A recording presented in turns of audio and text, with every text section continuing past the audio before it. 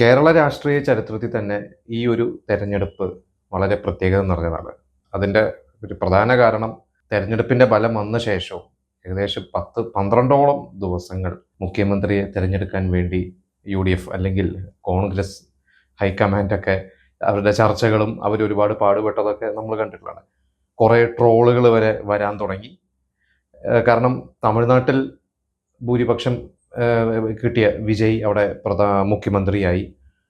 വിജയ് മുഖ്യമന്ത്രിയായി അവിടെ ഭരണം തുടങ്ങി. മന്ത്രിമാരുടെ സത്യപ്രതിജ്ഞ എല്ലാം കഴിഞ്ഞ ശേഷവും ഇവിടെ മുഖ്യമന്ത്രി പ്രഖ്യാപിച്ചില്ല എന്ന് പറഞ്ഞ കുറെ ട്രോളുകളൊക്കെ ഉണ്ടായിരുന്നു. എന്തായാലും അവസാനം വി.ഡി. സതീശനെ തന്നെ ഇവിടുത്തെ ഒരു എന്താ പറയുക ജനവികാരം പോലെ തന്നെ വി.ഡി. സതീശനെ തന്നെ തെരഞ്ഞെടുത്തു. നമുക്കറിയാം കെ.സി. വേണുഗോപാൽ അല്ലെങ്കിൽ രമേശ് ചെന്നിത്തല, വി.ഡി. സതീശൻ ഈ 3 പേരെയും ചുറ്റിപ്പറ്റിയായിരുന്നു ചർച്ചകളൊക്കെ. അതിൽ എം.എൽ.എമാരുടെ പിന്തുണ കെ.സി. വേണുഗോപാലിനാണെന്നും എന്നാൽ ജനങ്ങളുടെ പിന്തുണ വി.ഡി. സതീശനാണെന്നും പറഞ്ഞിട്ടായിരുന്നു ചർച്ചകൾ. അവസാനമൊക്കെ ആയി കഴിഞ്ഞപ്പോൾ കുറെ പേര് പ്രതീക്ഷിച്ചു കെ.സി. തന്നെയായിരിക്കും. കാരണം വി.ഡി. സതീശനെ ഒന്ന് അനുനയിപ്പിക്കാനോ അല്ലെങ്കിൽ അദ്ദേഹത്തിനെ ഒന്ന് മയപ്പെടുത്താൻ വേണ്ടിയാണ്, അല്ലെങ്കിൽ അദ്ദേഹത്തിന് എന്തൊക്കെ ഓഫറാണ് കൊടുക്കാൻ പോകുന്നത്, ആ ഓഫറിനെ കുറിച്ചാണ് ചർച്ചകൾ നടക്കുന്നത്. അങ്ങനെ പല വാർത്തകളും നമുക്കറിയാം. കഴിഞ്ഞൊരു 2-3 ദിവസങ്ങളായിട്ട് മാധ്യമങ്ങൾ മുഴുവനും ഈ പറയുന്ന നേതാക്കളുടെ പുറകെ തന്നെയായിരുന്നു. എന്തായാലും അവസാനം സതീശൻ തന്നെയായിരിക്കുകയാണ്. വി.ഡി. സതീശൻ അങ്ങനെ ഒരുപാട് പ്രത്യേകതകളുണ്ട്. കാരണം ഇതുവരെ മന്ത്രിയായിട്ടില്ല. അദ്ദേഹം എം.എൽ.എ ആയിരുന്നു. 2001 മുതൽ പറവൂര് എം.എൽ.എ ആയിരുന്നു. പറവൂരിന്റെ സ്വന്തം എം.എൽ.എ എന്ന് പറയാം. അത് കഴിഞ്ഞ് അദ്ദേഹം പ്രതിപക്ഷ നേതാവായി. ഇപ്പോൾ നേരെ മുഖ്യമന്ത്രിയായി. ഇപ്പോൾ പ്രതിപക്ഷ നേതാവായിട്ട് വന്നിരിക്കുന്നത് പിണറായി വിജയനാണ്. ഇനിയിപ്പോൾ കഴിഞ്ഞ 10 വർഷം നമ്മൾ കണ്ടിരുന്ന നേരെ വിപരീതമായിട്ടാണ് ഇനിയിപ്പോൾ കാണാൻ പോകുന്നത്. എന്തായാലും ഇപ്പോൾ സിനിമാ മേഖലയിൽ ഒരുപാട് പേര് സപ്പോർട്ട് ചെയ്തിട്ട് വി.ഡി. സതീശനെ സപ്പോർട്ട് ചെയ്തിട്ട് വന്നിട്ടുണ്ട്. അതിൽ ചിലതൊക്കെ ഭയങ്കര എന്താ പറയുക, ഒരു കുറിക്ക് കൊള്ളുന്ന അല്ലെങ്കിൽ ഹൃദയത്തിൽ തൊടുന്ന അല്ലെങ്കിൽ ഉള്ളുന്ന് വരുന്ന വാക്കുകളായിട്ട് തോന്നിയിട്ട് ചിലവർ വെറുതെ ഒരു എന്താ പറയുക നോർമൽ ഒരു ആശംസ അറിയിക്കുക എന്നുള്ള രീതിയിൽ മാത്രം വന്നു പോയവരുണ്ട്. എന്തായാലും എനിക്ക് ശ്രദ്ധിക്കപ്പെട്ടതെന്ന് തോന്നിയ കുറച്ച് പേരുടെ വായിക്കാം. അതിലൊന്ന് നമ്മുടെ സൂപ്പർ സ്റ്റാർസായ മമ്മൂട്ടി മോഹൻലാലും തന്നെയാണ്. മമ്മൂട്ടി ഹൃദയം നിറഞ്ഞ ആശംസകൾ എന്ന് പറഞ്ഞിട്ടാണ് ഒരു പോസ്റ്റ് ഇട്ടിരിക്കുന്നത്. മോഹൻലാലാണെങ്കിൽ ഇതേപോലെ സ്നേഹം നിറഞ്ഞ ആശംസകൾ. അതിനൊപ്പം തന്നെ മമ്മൂട്ടി പറയാത്ത ഒരു വാചകം കൂടി മോഹൻലാൽ ആഡ് ചെയ്തിട്ടുണ്ട്. വികസനത്തിന്റെ പുതിയ പാതയിലേക്ക് നാടിനെ നയിക്കാൻ അദ്ദേഹത്തിന്റെ നേതൃത്വത്തിന് സാധിക്കട്ടെ എന്നുള്ളതാണ്. എനിക്ക് തോന്നുന്നത് മമ്മൂട്ടി അത്ര ഡീറ്റെയിൽഡ് ആയിട്ട് പോകാത്ത ഒരു പക്ഷേ നമുക്കറിയാം മമ്മൂട്ടി ഇടതുപക്ഷക്കാരനാണ്. കൈരളി ടി.വിയുടെ ചെയർമാനാണ്. പിണറായി വിജയന്റെ അടുത്ത ആളാണ്. പക്ഷെ എല്ലാവരുമായി നല്ല ബന്ധമുള്ളത് തന്നെയാണ് മമ്മൂട്ടി. കാരണം മമ്മൂട്ടി ആയാലും മോഹൻലാലായാലും മുമ്പും നമ്മൾ ചില എപ്പിസോഡിലൊക്കെ പറഞ്ഞ പോലെ ഇവർ രണ്ടുപേരെയും എല്ലാ പാർട്ടിക്കാർക്കും വേണം. ഇവർ രണ്ടുപേരുടെയും രാഷ്ട്രീയം എന്താണെന്നുള്ളത് പരസ്യമായ ഒരു രഹസ്യമാണ്. പക്ഷെ എല്ലാ രാഷ്ട്രീയ പാർട്ടികളും ഇലക്ഷൻ ആകുമ്പോൾ ഇവരുടെ അടുത്ത് പോകാറുണ്ട്. ഇവരെ സർക്കാർ പരിപാടികൾക്ക് ക്ഷണിക്കാറുണ്ട്. ഇടതുപക്ഷ സർക്കാർ മോഹൻലാലിനെ ആദരിച്ചു ദാദാ സാഹിബ് അവാർഡ് കിട്ടി കഴിഞ്ഞപ്പോൾ. അപ്പുറത്ത് ഗവൺമെന്റിന്റെ പല പരിപാടികൾക്ക് മമ്മൂട്ടി മോഹൻലാലിനെയും ഒരുമിച്ച് പങ്കെടുപ്പിച്ചു. അപ്പോൾ അങ്ങനെ എങ്കിലും രണ്ടുപേരും വളരെ വേണ്ടപ്പെട്ടവരാണ്. എങ്കിലും അവരുടെ രാഷ്ട്രീയം നമുക്കറിയാം. എന്തായാലും രണ്ടുപേരും നമ്മുടെ മുഖ്യമന്ത്രി വി.ഡി. സതീശന് ആശംസ അറിയിപ്പിച്ചിരിക്കുകയാണ്. പിന്നെ സുരേഷ് ഗോപി ബി.ജെ.പിക്കാരനാണ്, കേന്ദ്രമന്ത്രിയാണ്. സുരേഷ് ഗോപി പറഞ്ഞിരിക്കുന്ന വി.ഡി. സതീശൻ മുഖ്യമന്ത്രി പദവിയിൽ വി.ഡി. സതീശന് തിളക്കമാർന്ന വിജയാശംസകൾ എന്നാണ് സുരേഷ് ഗോപി പറഞ്ഞിരിക്കുന്നത്. വളരെ ഡിപ്ലോമാറ്റിക് ആയിട്ടുള്ള ഒരു ആൻസർ തന്നെയാണ് സുരേഷ് ഗോപി കൊടുത്തിരിക്കുന്നത്. പിന്നെ നമ്മൾ ചില യുവാക്കളിലേക്ക് വന്നു കഴിഞ്ഞാൽ ഉണ്ണിമൂന്തന്റെ രാഷ്ട്രീയം നമുക്കറിയാം. ഉണ്ണിമൂന്തനും എത്തരത്തിലുള്ള രാഷ്ട്രീയമുള്ള അല്ലെങ്കിൽ മോദിയുമായി വളരെ ബന്ധമുള്ളതാണ്. ഉണ്ണിമൂന്തന്റെ സംഘി എന്നൊക്കെ വിളിച്ചിട്ട് അദ്ദേഹം അതിനൊക്കെ ചിലപ്പോൾ മറുപടിയൊക്കെ പറയാറൊക്കെ ഉണ്ട്. ഇപ്പൊ അദ്ദേഹം പറഞ്ഞിരിക്കുന്നത്, അദ്ദേഹം ഇംഗ്ലീഷിലാണ് എഴുതിയിരിക്കുന്നത്, കൺഗ്രാറ്റ്സ് ടു ദ കോൺഗ്രസ് എന്ന് എടുത്തു പറഞ്ഞിട്ടുണ്ട്. പിന്നെ വി.ഡി. സതീശൻ പറഞ്ഞു ഇതൊരു പുതിയ തുടക്കമാവട്ടെ. അദ്ദേഹം ഒരുപാട് ഡെവലപ്മെന്റിന്റെ കാര്യങ്ങളെ കുറിച്ചാണ് അദ്ദേഹം കുറച്ചും കൂടി ഡീറ്റെയിൽഡ് ആയിട്ട് കോൺഗ്രസ് പാർട്ടിനെ അനുമോദിക്കുക എന്ന് പറയുന്നത് അതൊരു വലിയൊരു കാര്യം തന്നെയാണ്. പിന്നെ രമേശ് പിഷാരടി കോൺഗ്രസ്സുകാരനാണ്, ഇപ്പോൾ എം.എൽ.എ ആണ്. അദ്ദേഹം പറഞ്ഞിരിക്കുന്നത് ജനങ്ങൾക്ക് വേണ്ടി ജനങ്ങളാൽ എന്നുള്ള വാചകമാണ് അദ്ദേഹം ഉപയോഗിച്ചിരിക്കുന്നത്. ടീം യു.ഡി.എഫ് എന്നാണ് പറഞ്ഞിരിക്കുന്നത്. പിന്നെ ദിലീപ് എല്ലാവിധ ആശംസകൾ എന്ന് പറയുന്നത്. ദിലീപും ഒരു കോൺഗ്രസ് അനുഭാവിയാണെന്ന രീതിയിലൊക്കെ പലപ്പോഴും ചർച്ചകൾ വരാറുണ്ട്. കാരണം കോൺഗ്രസ് ആയിരുന്നു ഭരിച്ചിരുന്നെങ്കിൽ ദിലീപ് ഒന്ന് ജയിലിൽ പോവില്ലായിരുന്നു എന്ന് വരെ കമന്റുകൾ ഞാൻ വായിച്ചിട്ടുണ്ട്. നമുക്ക് ഉറപ്പ് പറയാൻ പറ്റില്ല, സത്യമാണെന്നൊന്നും ഞാൻ പറയുന്നില്ല. എന്തായാലും കമന്റുകൾ അങ്ങനെയൊക്കെ വന്നിട്ടുണ്ടായിരുന്നു. പിന്നെ മിഥുൻ മാനുവൽ തോമസ്, യുവ സംവിധായകനും തിരക്കഥാകൃത്താണ്. മിഥുൻ മാനുവൽ പറഞ്ഞിരിക്കുന്ന ചില വാചകമാണ്. ബാക്കിയുള്ളവർ ഇത്ര നേരം നമ്മൾ വായിച്ചവരൊക്കെ വളരെ എന്താ പറയുക മയപ്പെടുത്തിയിട്ടുള്ള വാചകങ്ങൾ അല്ലെങ്കിൽ ഭയങ്കര ഒഫീഷ്യലായിട്ടുള്ള അങ്ങനെ ഫോർമൽ ആയിട്ടുള്ള വാചകങ്ങളൊക്കെ ഉപയോഗിച്ച് കഴിഞ്ഞപ്പോൾ മിഥുൻ മാനുവൽ പറഞ്ഞത് ഇതാണ് ഞങ്ങ പറഞ്ഞ മുഖ്യൻ, തൽക്കാലം ഞങ്ങൾക്ക് ഈ മുഖ്യൻ മതി, വേറെ ആരും വേണ്ട. It's as simple as that എന്ന് പറയുന്നത് ദി കിങ് സിനിമയിലെ ഒരു ഡയലോഗാണ്. അതിൽ നമ്മൾ സിനിമ കണ്ട എല്ലാവർക്കും അറിയാം. ഇത് ഉദ്ദേശിച്ചിരിക്കുന്നത് കെ.സി. വേണുഗോപാലിനെയാണ് എന്നുള്ള രീതിയിൽ തന്നെ. കാരണം നമുക്കറിയാം കെ.സി. ആവും എന്നുള്ള ചർച്ചകളും ഇവിടുത്തെ ഭൂരിപക്ഷം MLA-മാർ കെ.സിനെ സപ്പോർട്ട് ചെയ്യുന്നു എന്നുള്ള രീതിയിലാണ്. കാരണം നമുക്കറിയാം കെ.സിയുടെ ഒരു പവർ അറിയാം. കെ.സി. വേണുഗോപാൽ രാഹുൽ ഗാന്ധിയുടെ തോളത്ത് കയറ്റി നടക്കുന്ന ഒരു കെ.സി. വേണുഗോപാലിനോളം പവർ ഇന്ന് ഒരു മലയാളി രാഷ്ട്രീയ ഒരു കോൺഗ്രസ്സുകാരന് ഇല്ല എന്ന് തന്നെ പറയാം. അതുകൊണ്ട് തന്നെ കെ.സി തന്നെ ആയിരിക്കും. കാരണം ചരിത്രം അങ്ങനെയാണ്. ഇതിനു മുമ്പൊക്കെ പലപ്പോഴും ചരിത്രങ്ങൾ മറ്റു സംസ്ഥാനങ്ങളിലൊക്കെ നമ്മൾ കണ്ടിട്ടുണ്ട്. എങ്കിൽ പോലും മിഥുൻ മാനുവൽ ഈ രീതിയിലാണ്. പിന്നെ നമ്മുടെ സിദ്ദിഖിനെ കുറിച്ച് പറഞ്ഞു. സിദ്ദിഖ് ഏകദേശം ഒരാഴ്ച മുമ്പ് വരെ സിദ്ദിഖ് ഒരു പോസ്റ്റ് ഇട്ടിട്ടുണ്ടായിരുന്നു. എന്ത് തന്നെ വന്നാലും ഞങ്ങൾക്ക് വി ഡി സതീശൻ വേണം. വി ഡി സതീശനെ മുഖ്യമന്ത്രി ആക്കിയില്ലെങ്കിൽ കോൺഗ്രസിന് അതൊരു വലിയ ഒരു പ്രശ്നമായിരിക്കും. അതായത് തിരിച്ചടിയാവും, ജനങ്ങളുടെ വിശ്വാസം നഷ്ടപ്പെടുന്ന രീതിയിലൊക്കെ അദ്ദേഹം വലിയൊരു പോസ്റ്റ് ഇട്ടിരുന്നു. അത് തന്നെയായിരുന്നു കുറെ ചർച്ചകളൊക്കെ നടന്നിരുന്നത്. നമ്മൾ എൻ്റെ ഒരു ഫ്ലക്സുകളിലുള്ള മത്സരങ്ങളൊക്കെ നമ്മൾ കണ്ടിട്ടുള്ളതാണ്. വി ഡി സതീഷിന് വേണ്ടി ഫ്ലക്സ് വയ്ക്കുന്നു, രമേശ് ചെന്നിത്തലയ്ക്ക് ഫ്ലക്സ് വയ്ക്കുന്നു, അങ്ങനെ പലതും നമ്മൾ കണ്ടിട്ടുള്ളതാണ്.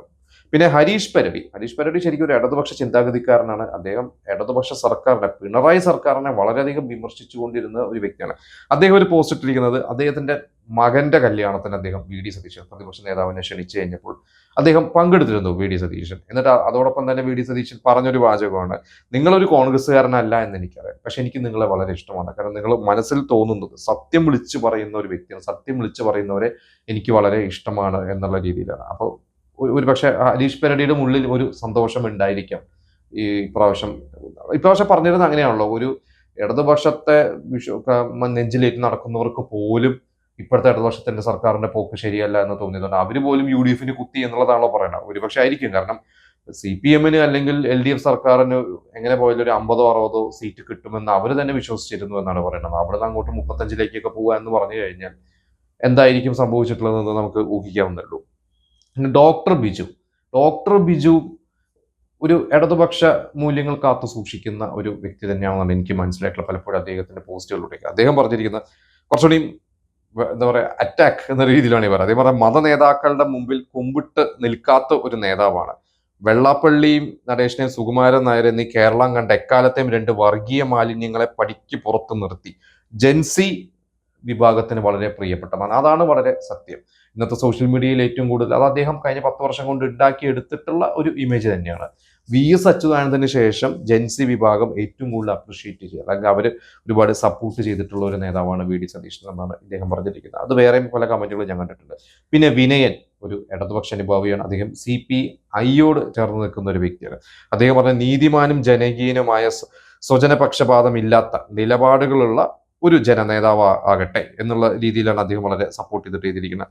പിന്നെ അനുമേനൻ വൂഡി അലൻ എന്ന് പറയുന്ന വ്യക്തിയുടെ ഒരു പുസ്തകവും കയ്യിൽ പിടിച്ചുകൊണ്ടാണ്, എന്നിട്ട് വായനയെ കുറിച്ചാണ് പറഞ്ഞിരിക്കുന്നത്. വി ഡി സതീശൻ നന്നായിട്ട് വായിക്കുന്ന ഒരു വ്യക്തിയാണ്. അത് അദ്ദേഹത്തിന്റെ മകളും അദ്ദേഹത്തും അടുത്ത് പ്രവർത്തിക്കുന്നവരൊക്കെ കഴിഞ്ഞ ദിവസത്തെ പത്രത്തിലേക്ക് എഴുതിയതൊക്കെ നമ്മൾ വായിച്ചിട്ടുണ്ടായിരുന്നു.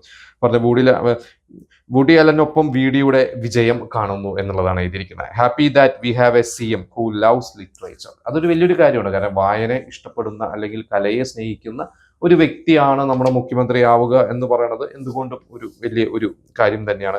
പിന്നെ കഴിഞ്ഞ ദിവസം കല്യാണ വേദിയിൽ കണ്ടിരുന്നു. ഒരു കല്യാണം നടക്കുന്ന കോട്ടയം ജില്ലയിൽ ഒരു കല്യാണ വേദിയിൽ വധുവിന്റെ കല്യാണ ചടങ്ങിൽ വധുവിന്റെ ബന്ധുക്കൾ വി ഡി സതീശൻ മുഖ്യമന്ത്രി ആയി എന്ന് പ്രഖ്യാപിച്ച ആ ഉച്ച സമയത്ത് അദ്ദേഹത്തിന്റെ ഒരു ബാനറും കൊണ്ടുവന്ന് വരികയും അവർ വി ഡി സതീശനെ ജയ് വിളിക്കുകയൊക്കെ കണ്ടിരുന്നു. അപ്പോൾ ഒരു സാധാരണക്കാർക്ക് പോലും അല്ലെങ്കിൽ ഇവിടുത്തെ ഒരു വലിയൊരു ജനകീയ സപ്പോർട്ട് അദ്ദേഹത്തിന് ഉണ്ടായിരുന്നു എന്നുള്ളത് തന്നെയാണ്. ഒരുപക്ഷെ അതുകൊണ്ട് തന്നെയായിരിക്കും 102 സീറ്റിലേക്ക് UDF വന്നത്.